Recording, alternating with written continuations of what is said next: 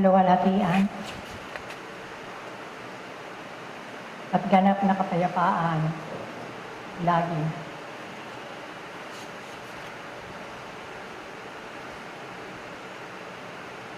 Taglay ng lahat at bawat isa ang simulaing lakas na siyang mekanismo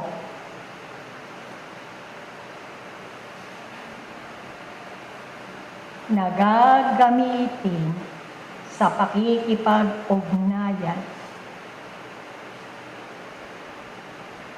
sa lahat ng mga nilikha ng Ama.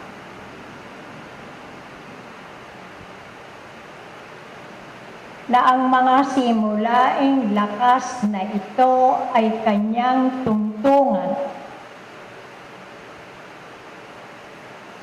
sa ikaaangat o pananatili dito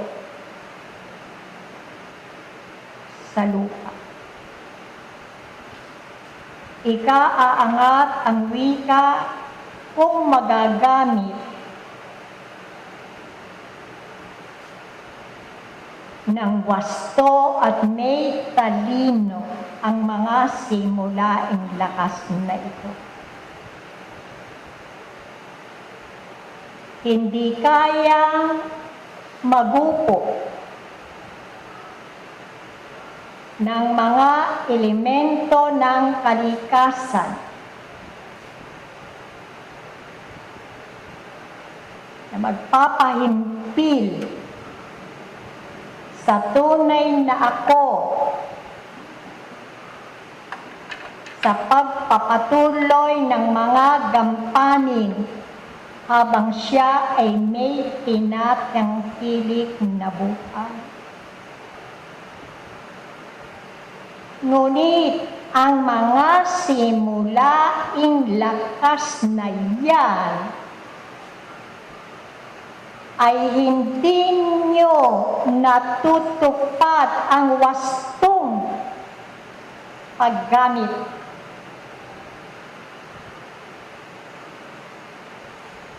Nasa pagkakataong to ay patuloy na kayo ay ginugupo ng panlulumo. Kirot ng laman, mga salaghati sa buhay. Dahil kung ito ay inyong nagagamit, kalinsabay ng mga pangyayari na dulot ng panahon, hindi kayo sasandig lamang.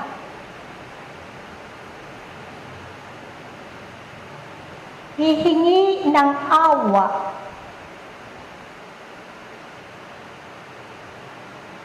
sa Ama na mga tiising ito na hindi naman iisip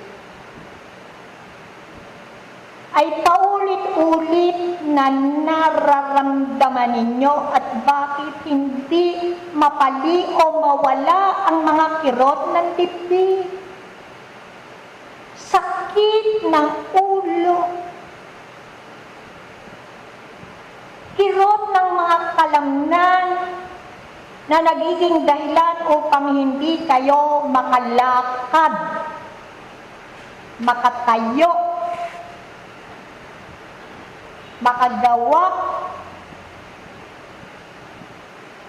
sa paano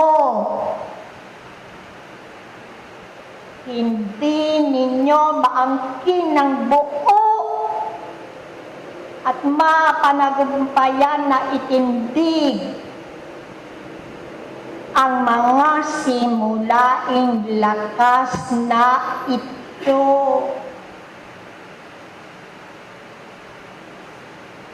Hindi nyo magamit na ayon sa daloy ng panahon na inaksaya ninyo at hindi nyo inipon ang lakas na ito. Paumanhin sa hindi karapat-dapat na salita ay niwaldas nyo. Sa halip na sinupin ay wala kayong pakundangan.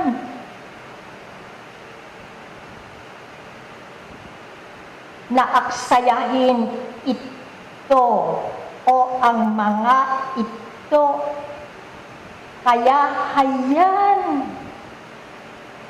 natatagpuan ninyo ang sarili na muling dudulog, hihingi ng pag-ibig ng Ama na maibsan ang sakit o kirot ng lama na yan. Kung narinig nyo sa muli at paulit-ulit na pahayag sa bago magsimula ang gawain, ang karamdaman o ang sinasabi nyong kirot, kung hindi nyo naunawaan, kayo ay magtanong, bakit ayaw mawala ang kirot o hapdi? Makamit ang kalusugan na dati ay isang yaman ng iyong ako. Kung narinig nyo ang pahayag, binigyan ng tiin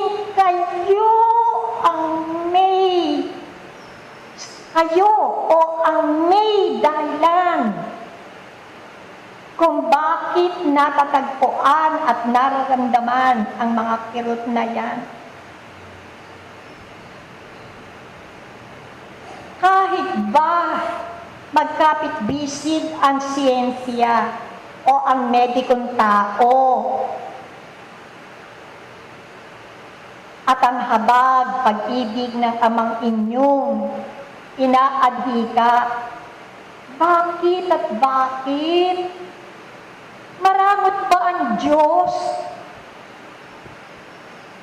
Pinagkakaitang ka ba? Nakakamit mo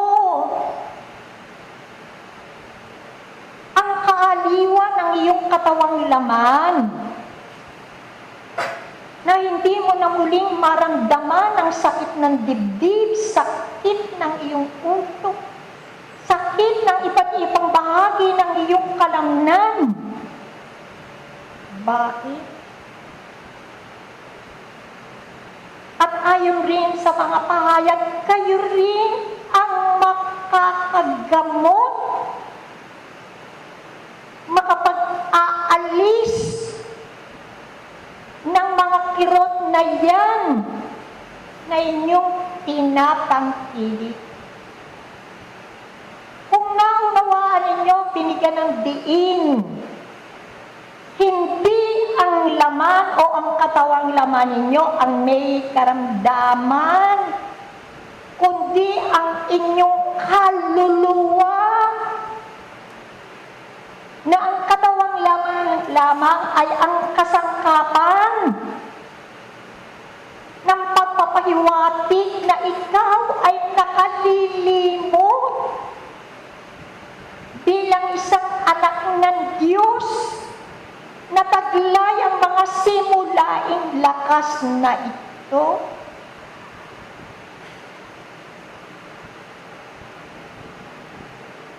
Kaya, ayon din sa pagsisaliksik ng katuwang, ng siyensya, ayon sa pananaliksik, ang magulong isip ng tao, pagmamalabis ng humingi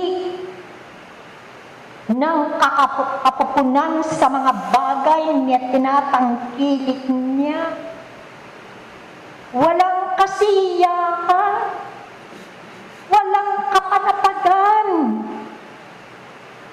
mga matang makasalanan na laging humuhusga sa kanyang kapwa,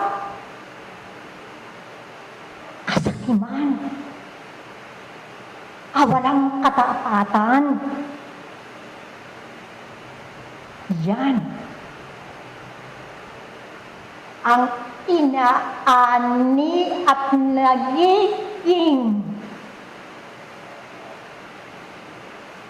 salik upang ang mga ipinupukol na mga alitiktiging yan ay mabuo sa alangaang at makahapi ng kauring lakas na siyang hinihigo ng inyong ako.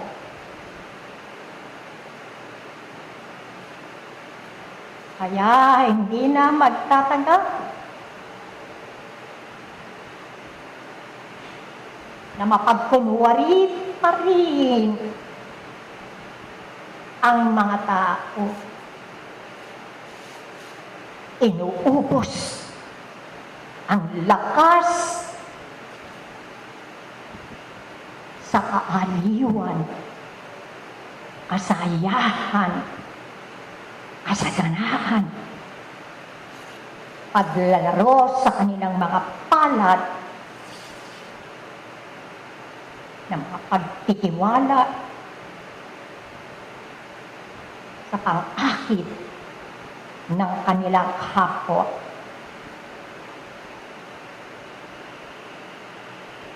Kaya mga ginigiliw na mga mag-aaral, ano ngayon ang mga salik na hindi nalihim sa inyo?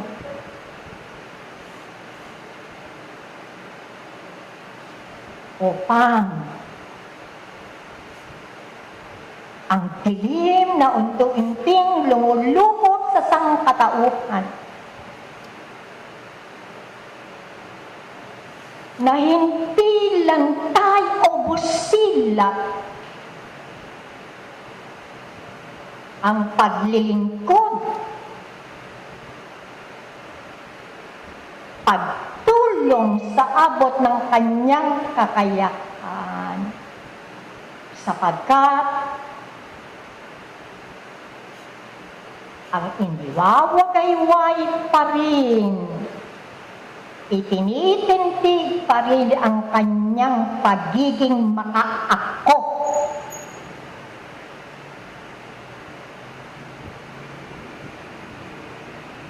Hindi pa nagagawa ang kahingian, ang kabuuan ng pagsasaliko ng simulaing lakas na ito na siyang lilinis, ibigay ng payapa, maninindigan, upang ang akong ito ay baka hulagpos sa makalupang hikayat ng laman.